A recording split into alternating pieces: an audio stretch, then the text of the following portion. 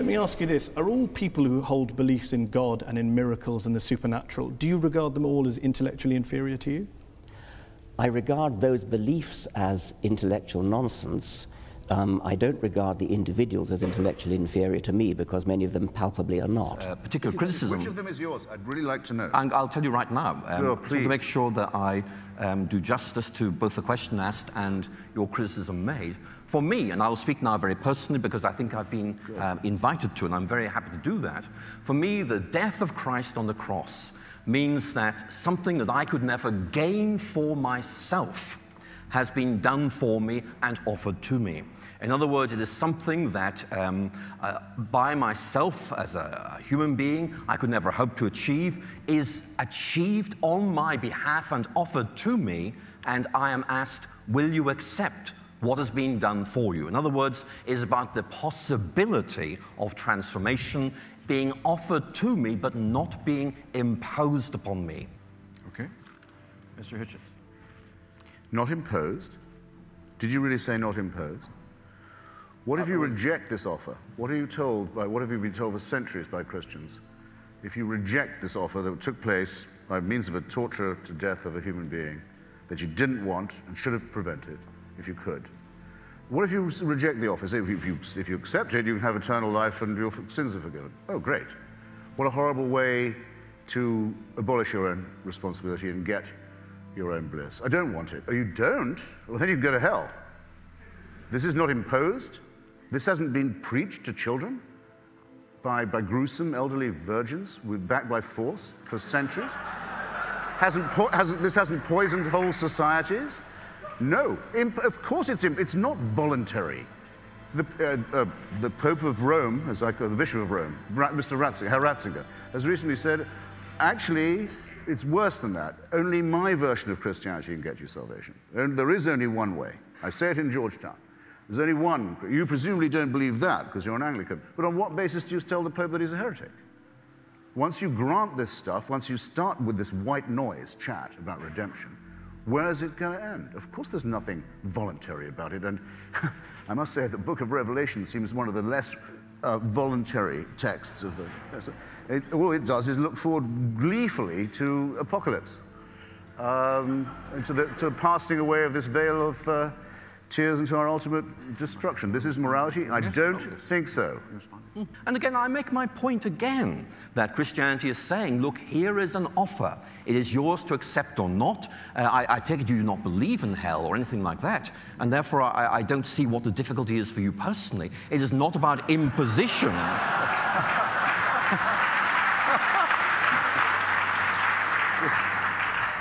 But you're in the right church, but the wrong pew. I mean, of course I've emancipated myself from all that nonsense. I wish you would do too. I'm saying, what is the belief?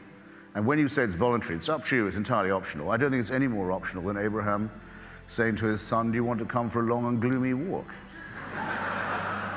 Because God seems to be telling me to do something that had better be moral. Otherwise, it would have to be said that God had taken a perfectly normal person and asked him to commit an atrocity. Now, where else could that have come from? And millions of people every year celebrate this act of sadomasochism as if it proved that God loved us so much that he'd make us kill our own children, and then he decides to love us so much he'll kill one of his own. You said in a debate with Richard Dawkins, I have it down, you said the great thing about God is he knows what it's like to lose a son. Now, I want you ladies and gentlemen to ponder that expression for just a moment. First, it's self-evidently, if the story is true, which I don't think it is, it's self-evidently not the case, even in the narrative. He doesn't lose a son. He lends one. He doesn't offer one because no one's demanded it. There's no problem that has so far been identified in the human species that demands a human sacrifice. For what problem, for what ill is this a cure? There's no argument, there's no evidence. No, it's imposed upon you. I'm doing this because the prophets said I would. And I'm going to have the boy tortured to death in public to fulfill ancient screeds of Bronze Age Judaism. But wait, I don't want it. I don't need it. I don't feel better for it. I feel very uneasy about it. Well, that's a pity, because then you're going to be cast into eternal fire. This is no way to talk. I don't like to be addressed in that tone of voice. So I have all this, I have to return a slight non-serviam, if I may be so bold, and take my chances morally. Well, I think as you've begun to hear, there are two very different kinds of conversations we could have here. We can talk about religion as it is, for most people most of the time, and we can talk about what religion could be, or should be, or perhaps what it is for the tiniest minority of people. And I just want you to be aware of the difference there, because it could get lost. It's true that some people define God as pure consciousness, or as being synonymous with the laws of nature. But if we talk about consciousness and the laws of nature, we won't be talking about the God that most of our neighbors believe in, which is a personal God who hears our prayers and occasionally answers them.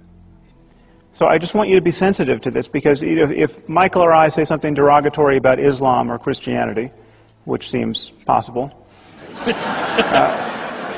the response from the other side shouldn't mention quantum mechanics. And it shouldn't reference a notion of God that is so denuded of doctrine as to more or less be synonymous with pure mystery or pure information or pure energy or pure anything. So I wanted to plant a flag there where you all can see it, because the God that our neighbors believe in is essentially an invisible person. He is a creator deity who created the universe to have a relationship with one species of primate. Lucky us. and he's got galaxy upon galaxy to attend to, but he's especially concerned with what we do, and he's especially concerned with what we do while naked.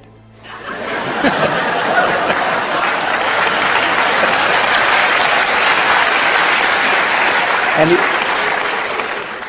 he almost certainly disapproves of homosexuality. And he's created this cosmos as a vast laboratory in which to test our powers of credulity. And the test is this: can you believe in this God on bad evidence? Which is to say, on faith. And if you can, you will win an eternity of happiness after you die. And it's precisely this sort of God and this sort of scheme that you must believe in if you're going to have any kind of future in politics in this country. No matter what your gifts.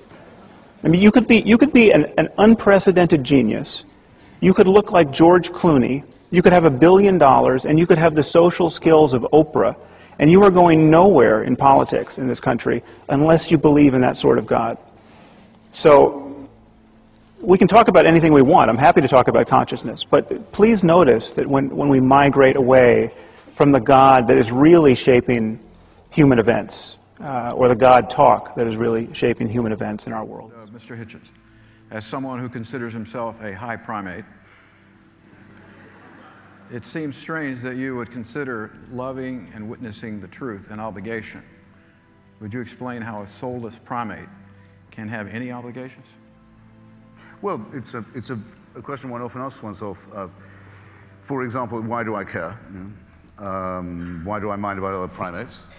I think I know that because I hope that they will, at the very lowest, I would say, because I hope they'll mind about me in return. I mean, I'll give you an example. Why should they? Why indeed? Why does one do the right thing, or one hopes it's the right thing, when no one's looking? Why does a Muslim cab driver go to all the trouble to come back to my apartment building when I didn't have his number, to return a large sum of money I left on his back seat, said it was his religious duty? But if I allow him to say that that's his religious duty, what am I going to say when he says it's his religious duty to veil his wife, or to blow himself up, or to impose Sharia law? If you grant it once, you have to grant the whole thing. You can't do it a la carte. Now, I'll give you an example from my old socialist days. This will bring the moisture to the eyes of Dr. McGrath as well. It was our favorite example, Professor Peter Townsend's book on the gift relationship. You remember? Why does the British National Health Service never run out of blood, though you're not allowed to charge for it? You have to give it free. Never runs out of blood. Because people like to give blood. They want to feel useful. I like to do it. I like it very much. And I'm not a masochist, and I don't particularly like being stuck. But I like the way that I lose, someone gains a pint and I don't lose one, because I replenish it quite quickly. Someone's instantly better off. I haven't had to abnegate myself by giving anything away. I like the fact that I'm helping someone who I don't know. And as it happens, I have a very rare blood group, indeed. And one day I'm going to have to count on other people feeling the same way. So human solidarity will get you quite a long way ethically. And there's every reason why that should be in our genes, in our, so to speak, inscribed. We wouldn't have got this far if we didn't have these qualities. To say we couldn't have them without celestial permission seems to me to be simply slavish.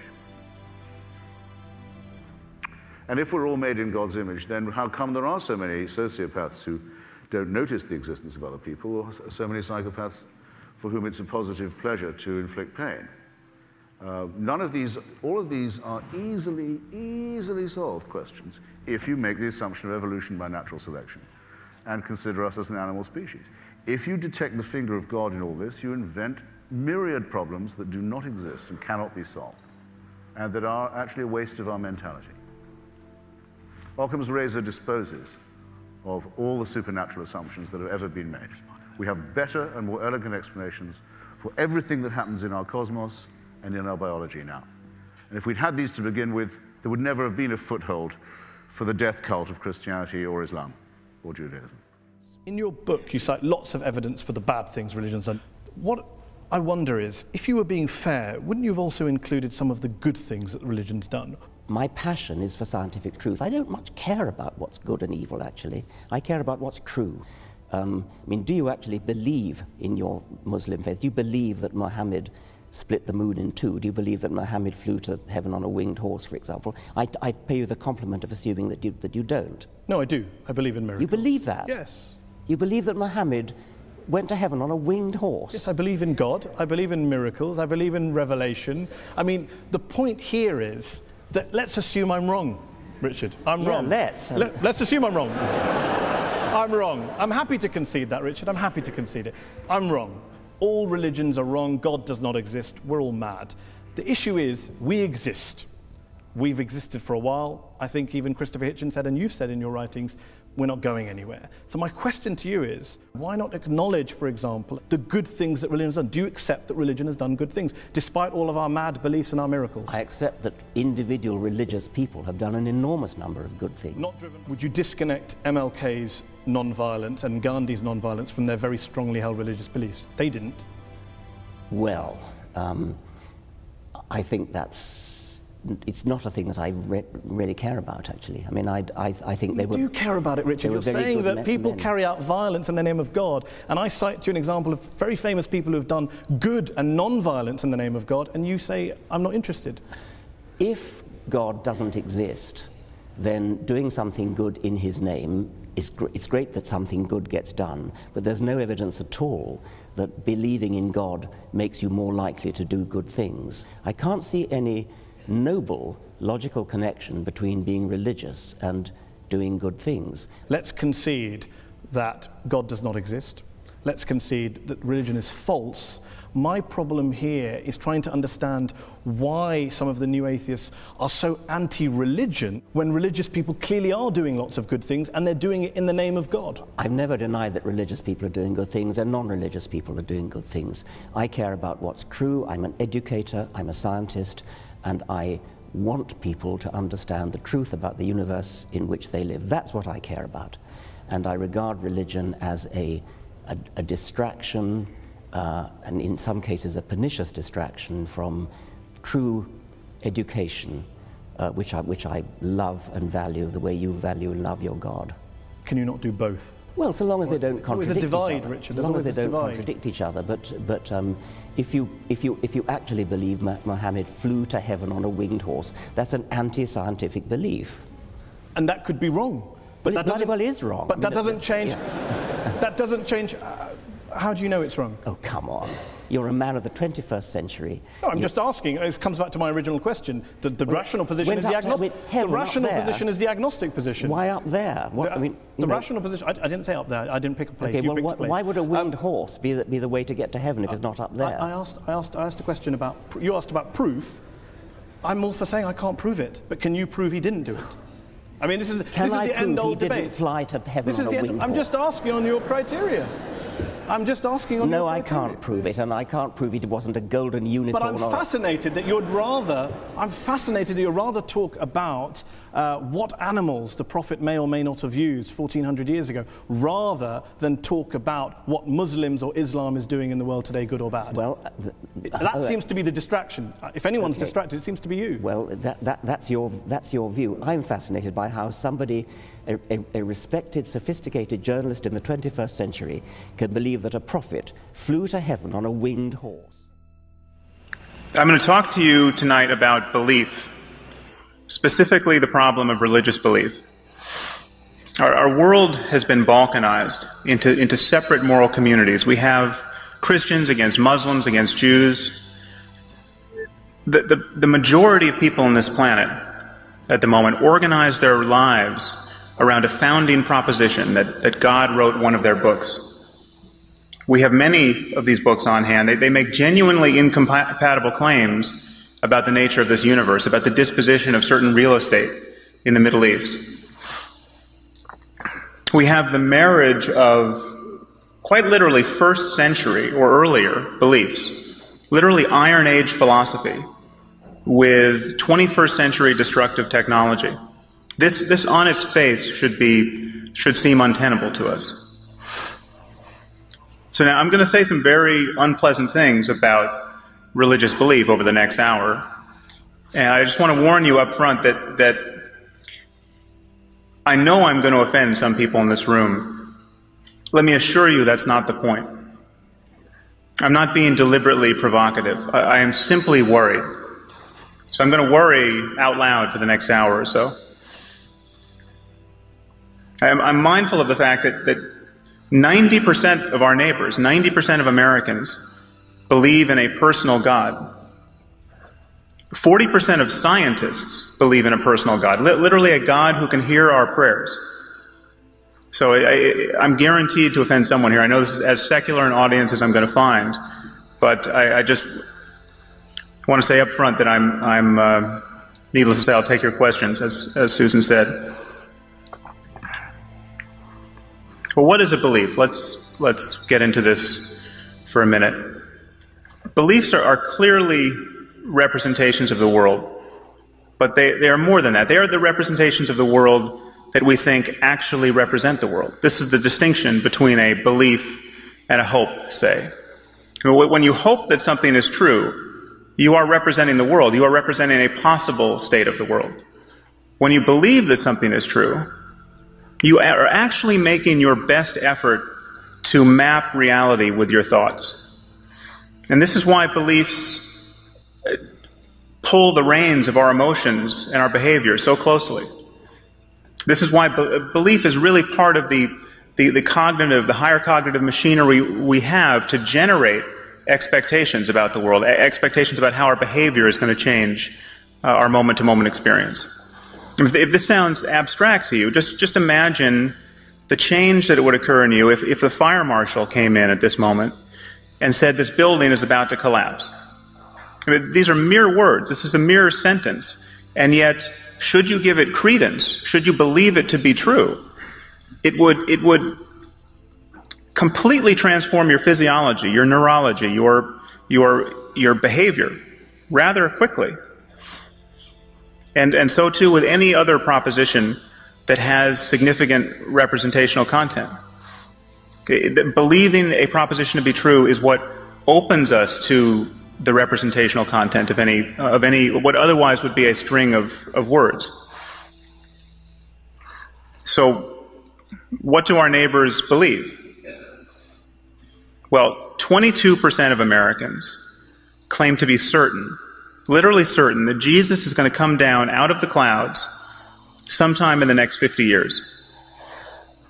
Another 22% think he probably will sometime in the next 50 years. That's 44% of the electorate.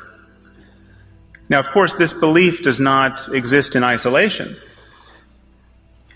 It's not an accident that 44% of Americans also believe that the creator of the universe literally promised the land of Israel to the Jews. This is in his capacity as an omniscient real estate broker. And these beliefs are knit together with a myriad of other beliefs, infatuations with the end of history, with apocalyptic prophecy. And these beliefs have geopolitical consequences. This is not just what people believe on Sundays. It is actually not an exaggeration to say that something like half of us, something like 44% of the American population, if they turned on their television sets and saw that a mushroom cloud had replaced New York City, they would see a silver lining in this cloud, because it would be a portent to them. It would presage that the best thing that is ever going to happen is about to happen, the return of Christ. Or take another belief, that we've all been pummeled with this debate about intelligent design, the idea that the machinery of the living cell is so complicated that it could not possibly have been generated through naturalistic processes.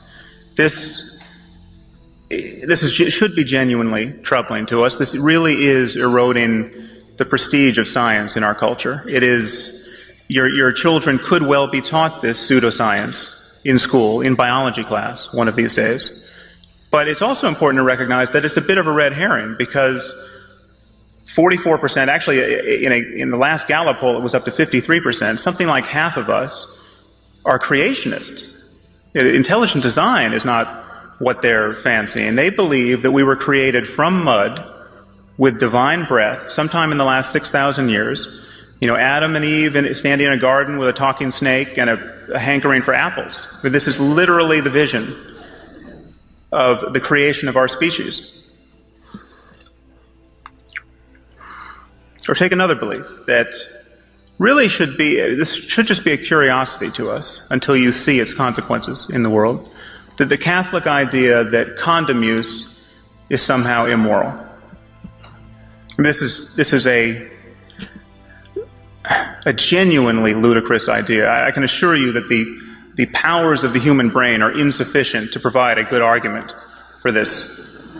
But map this onto sub-Saharan Africa, where literally millions, something like 3.5, 4 million people, die each year from the spread of AIDS. And what you have there are Catholic ministers literally preaching the sinfulness of condom use in villages where the only information about condom use is the representation of the ministry. It seems to me that the time for respecting beliefs of this sort is long past. This is genocidal stupidity. It is criminal negligence of a sort that we would not tolerate in any other institution. Yet the Vatican cannot be criticized to the degree that it should, because it's the Vatican, and there is a overarching taboo around criticizing religious faith.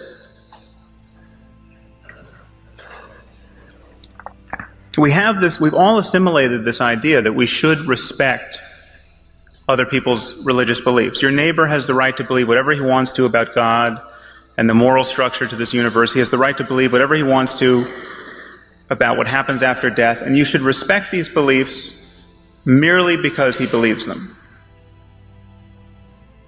Where else in our discourse do we play by these rules? When was the last time anyone in this room was admonished to respect another person's beliefs about history or geography or engineering or medicine?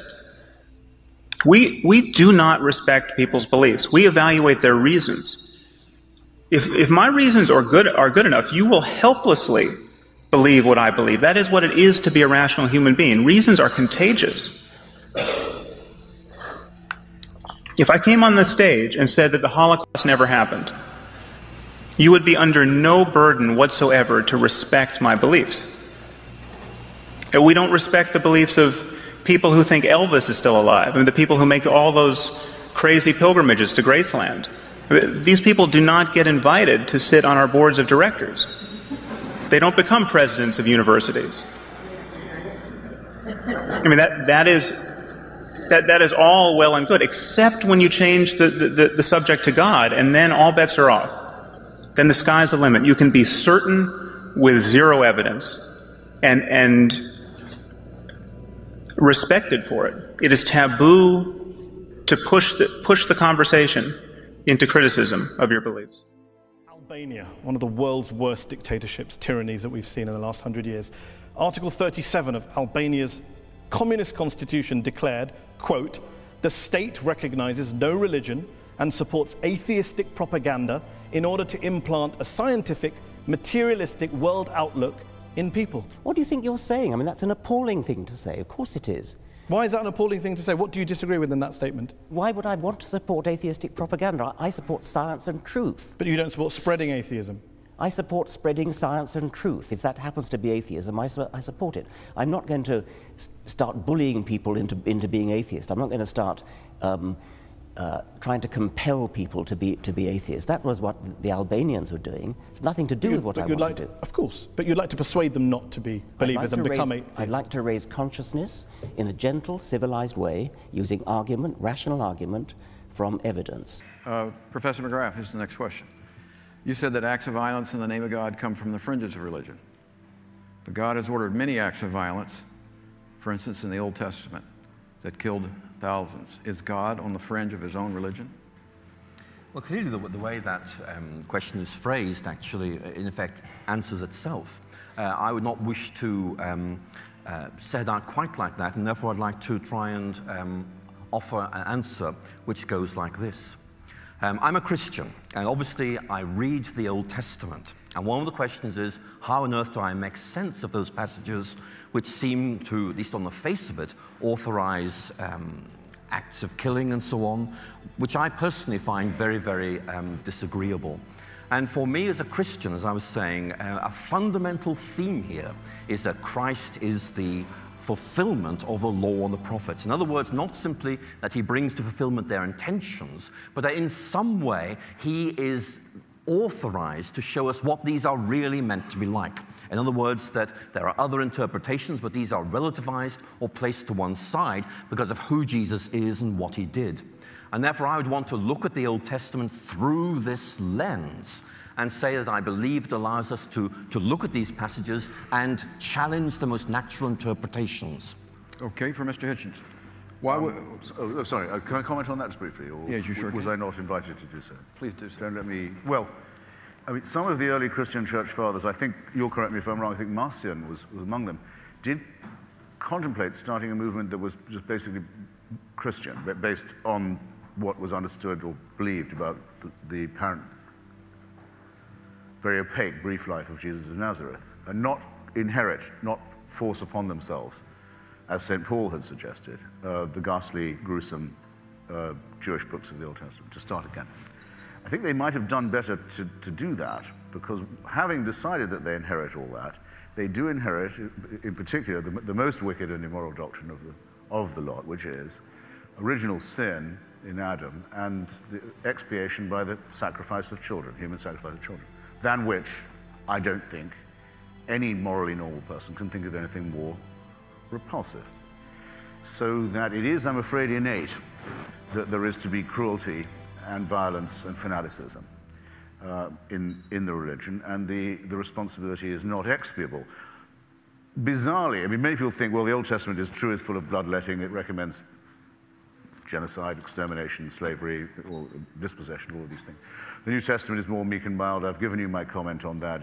It's the first time that hell is mentioned. But it is in the Christian version that another whole different kind of immorality is proposed, a worse kind of immorality yet, which is the wicked idea of non-resistance to evil, and the deranged idea that we should love our enemies. Nothing could be more suicidal and immoral than that. We have to defend ourselves and our children and our civilization from our enemies. We have to learn to educate ourselves in a cold, steady dislike of them and a determination to encompass their destruction. Who here heard anyone after September the 11th in holy orders actually say, oh, well, we must learn to love these people? Did they dare say that then? Of course not. They saw the emptiness and the futility and the immorality of what they would have been caught saying if they'd even tried it. We have to bear all this stuff in mind. This is not moral teaching at all.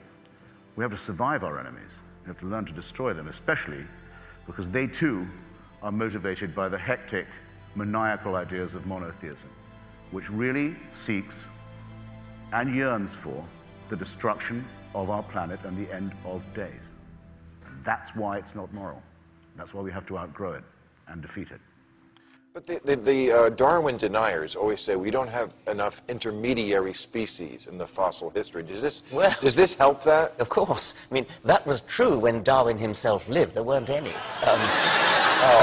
But they still say, show us the missing link. Where's your missing link? And there are quite a few of them now. And right. Ardipithecus is just one of a great troop of them which have been found. So explain this to me. I mean, we all evolved, and we all have the same brain, basically, now. So how can some of us believe in this, not believe in? We shouldn't say that, because we don't believe in this. It's the truth.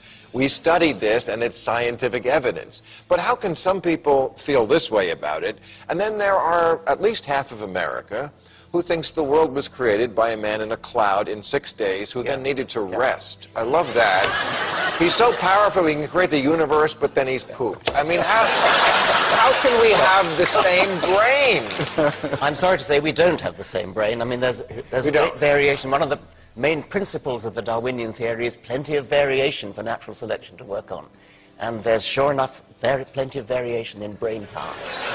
All the way from Einstein on the one hand to Sarah Palin at the other.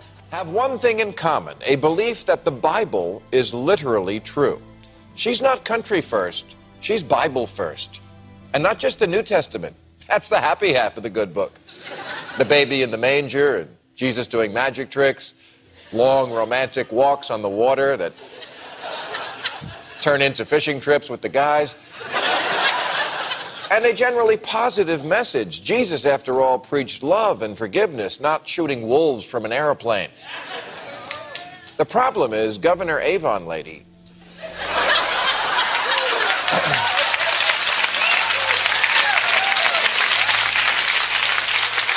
She takes the Old Testament literally, too. And in that one, God is an insecure, rage-filled hybrid of Bobby Knight and Suge Knight. He's been alive forever, and he has anger issues. He's like John McCain if McCain could fart hail. He's pro-slavery, pro-polygamy, and homophobic, and he'll kill you for masturbating. More people get stoned in the Old Testament than in my jacuzzi.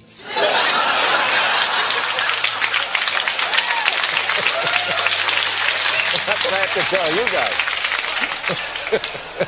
If there was a video of Barack Obama standing in front of his congregation being healed by a black witch doctor, this election would be over.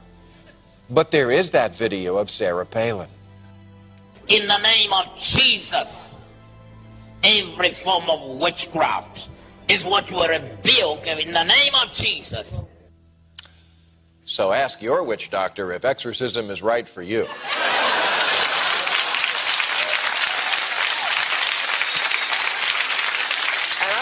Witch doctor because he's black. I say it because when you're rebuking witches, you're a witch doctor.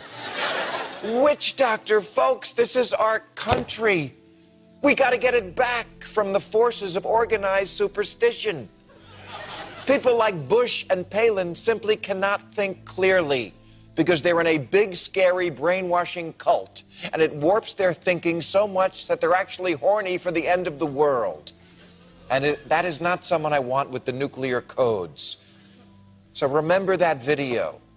And remember that Sarah Palin said, and I quote, "I think I will see Jesus come back to earth in my lifetime."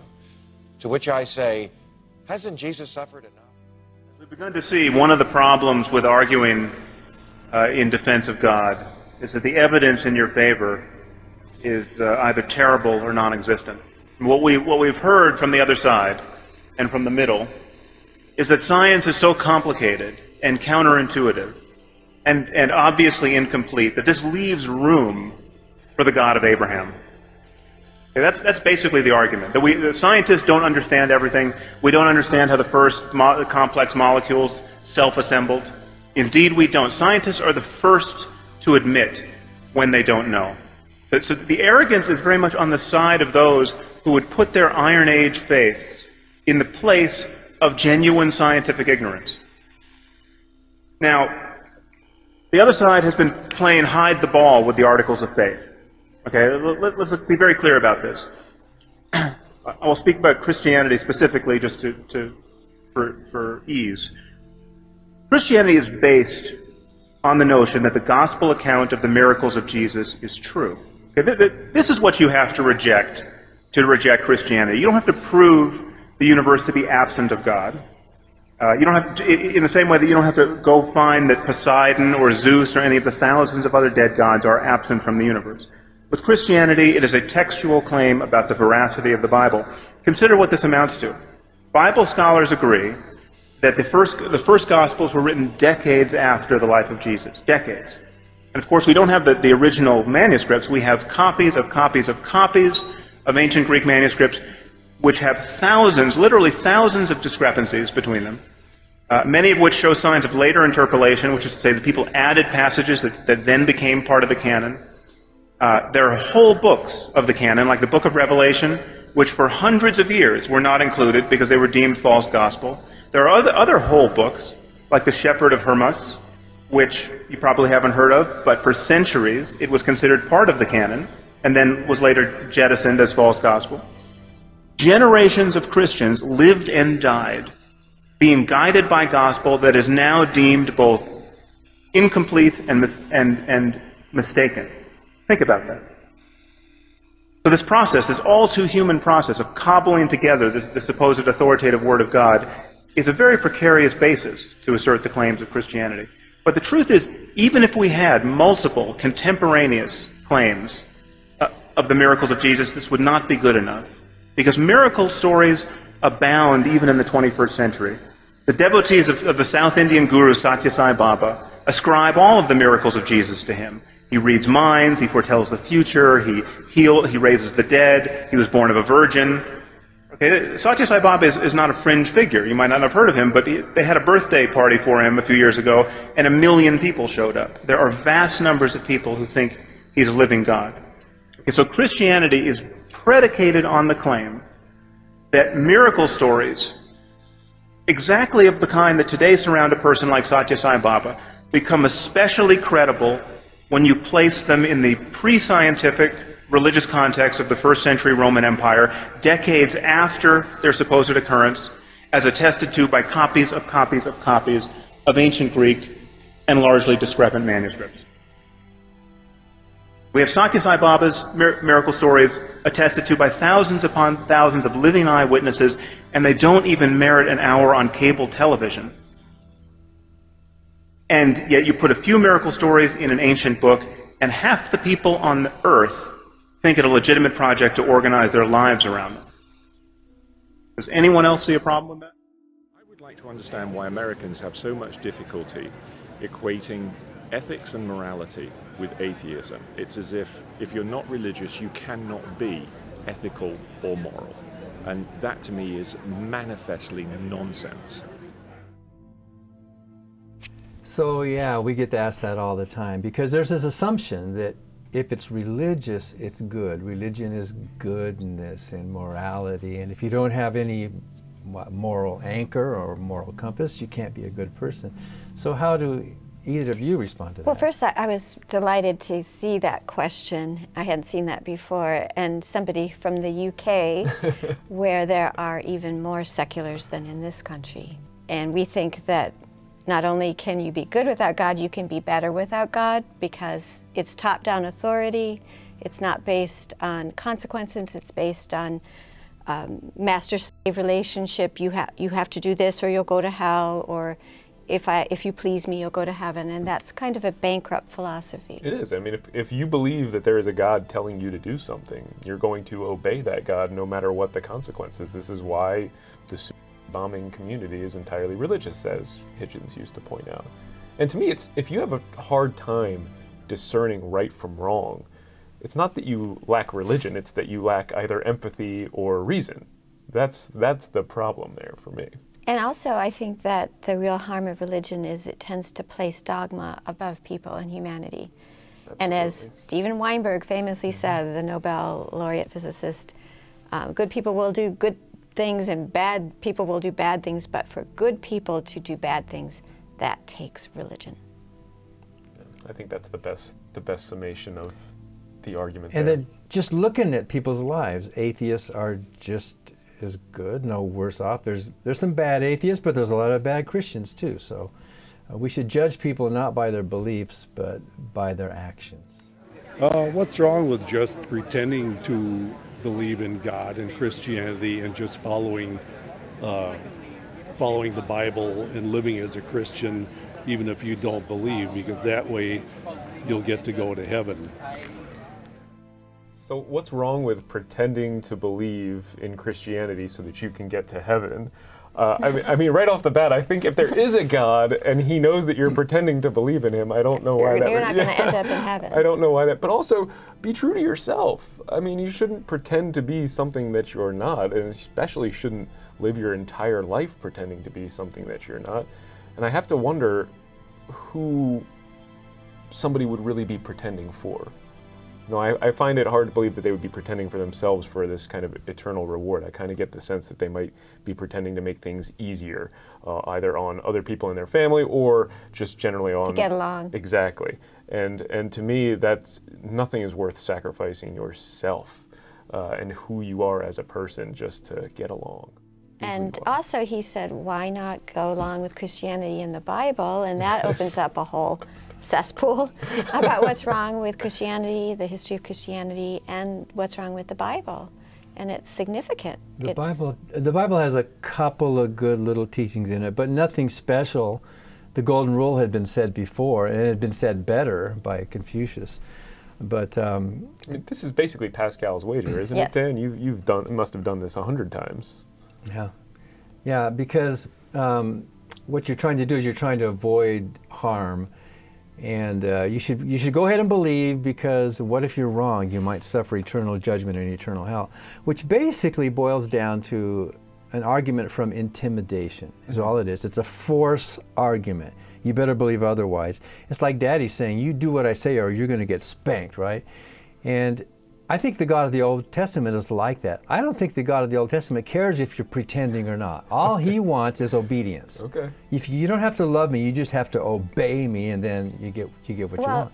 Okay, but I would say that when your father stands over you with that strap, and that's something the Bible suggests, corporal punishment, there really is a strap. There really is a dad. Yep. But there really isn't a God. And as you have often pointed out in your debates, then what's to keep this God from not saying, well, you believed in the wrong God. I'm Allah, and you're going to go to hell anyway. Well, there's a capricious God like that. Yeah, and that's the problem with Pascal's wager, I think, is why you have to apply it to every religion out there, and that means you have to believe in these mutually exclusive systems, and it's not possible to even complete Pascal's wager. Because the Muslim hell is worse than the Christian hell. And what if you die someday and realize you picked the wrong God? Shouldn't you pick, with that kind of thinking, you should find the religion that has the worst hell in it, and then that's the religion you should believe, because that's where you have the most to lose from all of that. That is what that logic would dictate. Any system of thought like that has to make its point by threatening violence is morally bankrupt. We should be basing our morality on the consequences and the harm and the goodness to human beings. How did the few control the masses without religion?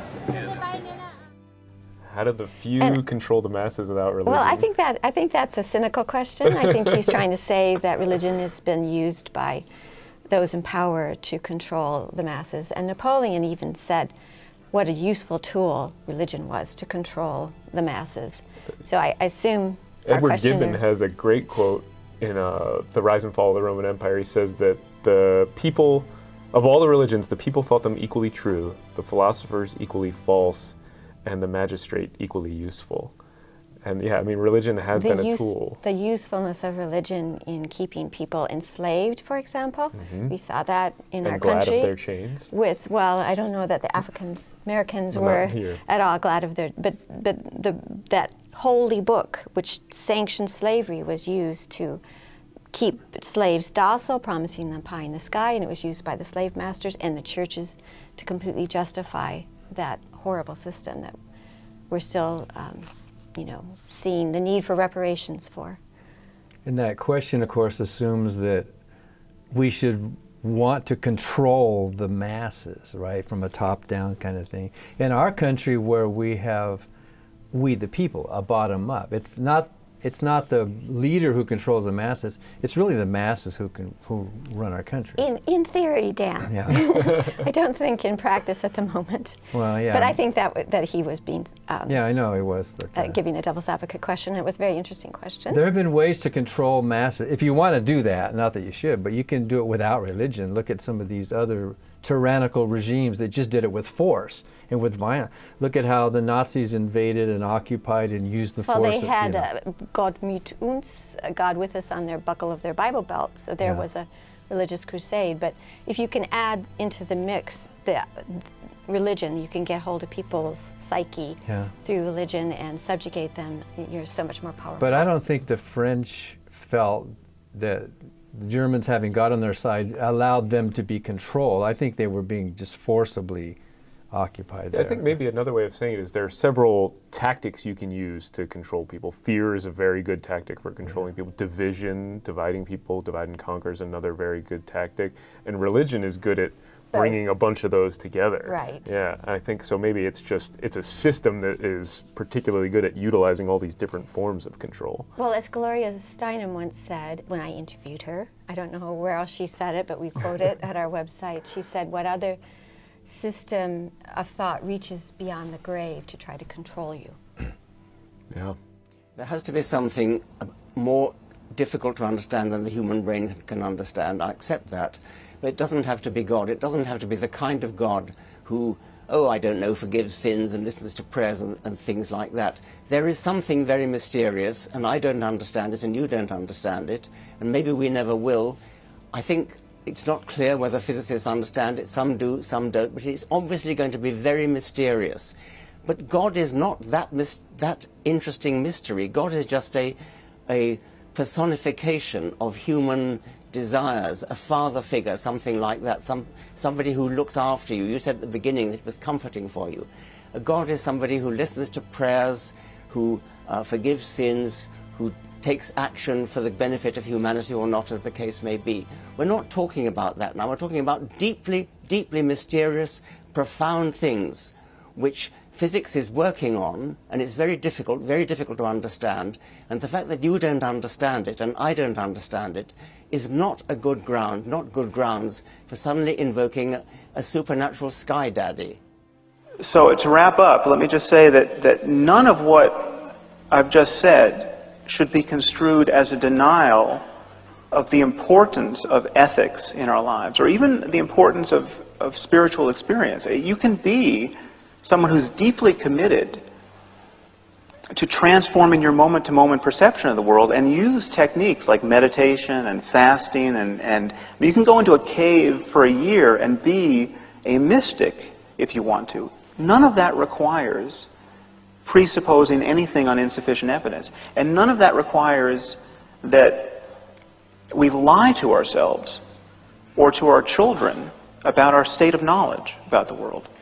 And the problem I have with religion, both at every point on the spectrum, from moderate to extreme, is that it stands as a permanent denial of the possibility of developing a truly rational, modern, open-ended discussion about the nature of our subjectivity, about the possibility of ethics and spirituality truly in conformity with our rationality as it exists now.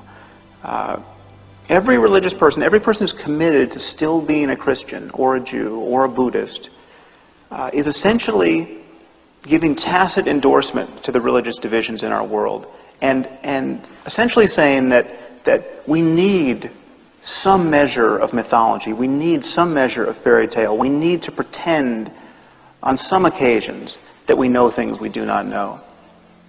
And it's simply untrue. So I think that's probably enough to get us started. Thank you.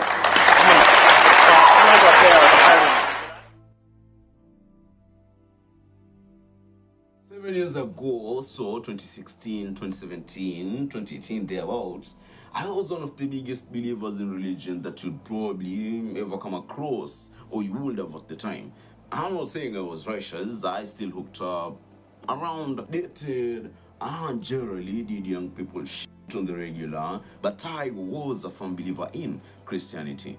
To give you a general idea of just how big of a believer I was, I had just started making a little cash on the side at the time. I was still a student, so while I did not make a lot of cash, it was something to a broke college student, of course, you get it, man. Anyway, guys, despite being broker than broke, I still will always give 10% of every single dollar I earned to the church without fail. Now, believe it or not, I do not mind giving away 10% of my monthly check to humanitarian aid or whatever, man. In fact, I also do not mind giving 10% or more of my earnings to a church or any other religious institution. I know, crazy, but provided that the church does have a transparent spending plan that highlights just how much most, if not all, of that right goes back to the community, either through a free or affordable housing, feeding, education, or medical program. I'd even happily give more than that if that were the case. But as you may have guessed, that wasn't the case with the church that I attended. Now, I went to university in a city far from where I grew up, so this was a new church, and when I tell you this church collected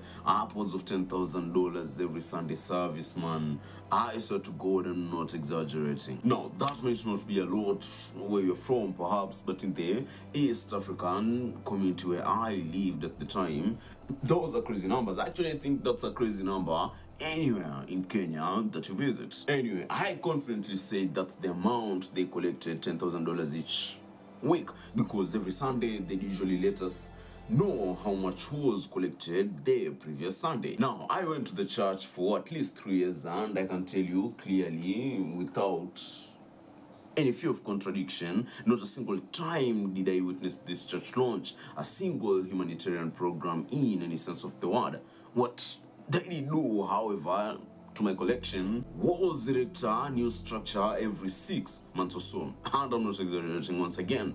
One of those that was built while I was still a member at the church was a school owned by the church. And in case I need to make it clear to you guys, church members wouldn't have access to the school free of charge or at a discounted rate. No, none, that's let alone the community members who are poor. If you wanted your kid to attend the school, you'd have to pay the same amount you'd pay if you took your kid to a different school of the same caliber within the region. You just get the comfort of knowing that your child studies at a school that's covered by the blood of God. Man. And in case you're wondering why didn't this bother me when I was a member of the church, it honestly did deep down. But as you guys know, when it comes to devotion to religion, it gets to a point where questioning any doctrine within said religion feels like a capital crime, man. I even remember actually at one point arguing against a friend who asked why churches don't use the tithes they receive to do good within the society, especially in Africa, where you cannot run out of good deeds to do. And I remember telling him with my whole chest, man, that according to the Bible, the tithe belongs to the church, and that the church and the church only can decide how the tithe can be used, basically however they see fit. Yeah, man. As you can see, saying that I had drunk the Kool-Aid would be a gross understatement. This one issue, as an example, coupled with many others, would eventually start weighing on my soul, but there wasn't a community of skeptics that could validate my subconscious at the time. So I ended up staying a believer longer than I believe I would have otherwise. Like for me, however, this will be around the same time that I discover a gentleman by the name Neil deGrasse Tyson. At first, I'd be attracted to him because he just had a way of explaining even the most complicated concepts in the universe in a manner that even I could comprehend. I've always been a curious individual, so Neil just provided the perfect source of information. From there, it wouldn't be long before I was introduced to Tyson's takes on religion, and finally it felt like I'd found a home away from home. It was a big deal that I trusted him already at that point, so it was just that easier for me to, you know, feel at home in his religious texts. Better yet, shortly after that, I'd be introduced to even more scientists and philosophers who shared the same concerns I did when it came to religion, man. These, of course, included the likes of Carl Sagan, Christopher Hitchens, Richard Dawkins, Sam Harris, etc. Actually, I can't confidently say that was when my deconstruction officially started. And actually, by the way, one of the videos I vividly still have stuck in my mind is a video of Sam Harris debating Jordan Peterson on religion. I can actually still remember where I was watching the video, the time of day, and what was happening around me.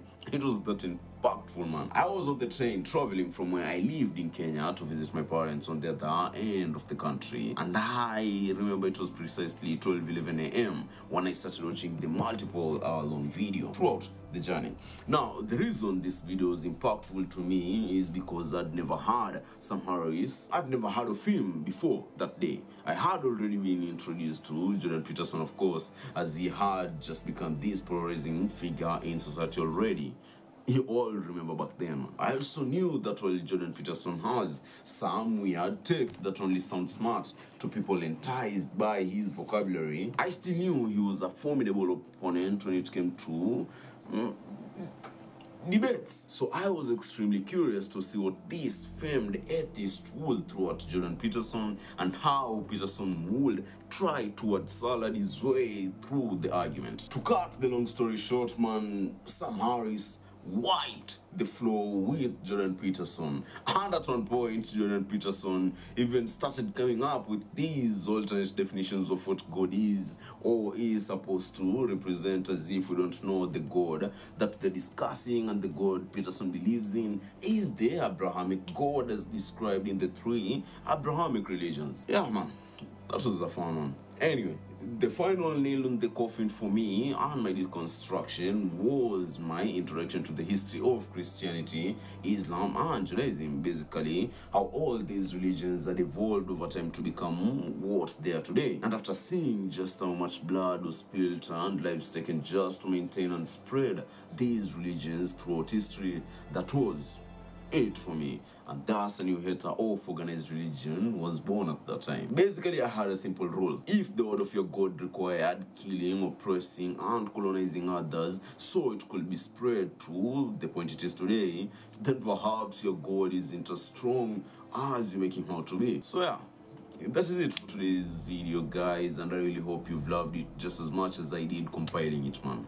Needless to say, Sam Harris is one of my favorite debaters when it comes to these topics, even though I vehemently disagree with his reaction to what has been unfolding before our eyes in the Middle East. But hey, two people will rarely, if ever, agree on all issues they have strong opinions on. So, what do you guys think about this rundown? Will you like cover 2? And if not, who will you like me to see cover next? I currently have Stephen Fry and Lawrence Krauss as who I should cover next in a dedicated single-person video. Otherwise, thanks a lot for sticking with this video to the end, man, and I hope you've liked it and left a comment so YouTube can push the video to even more people, man. Stay safe, guys, and I'll see you all in the next one, man. Peace.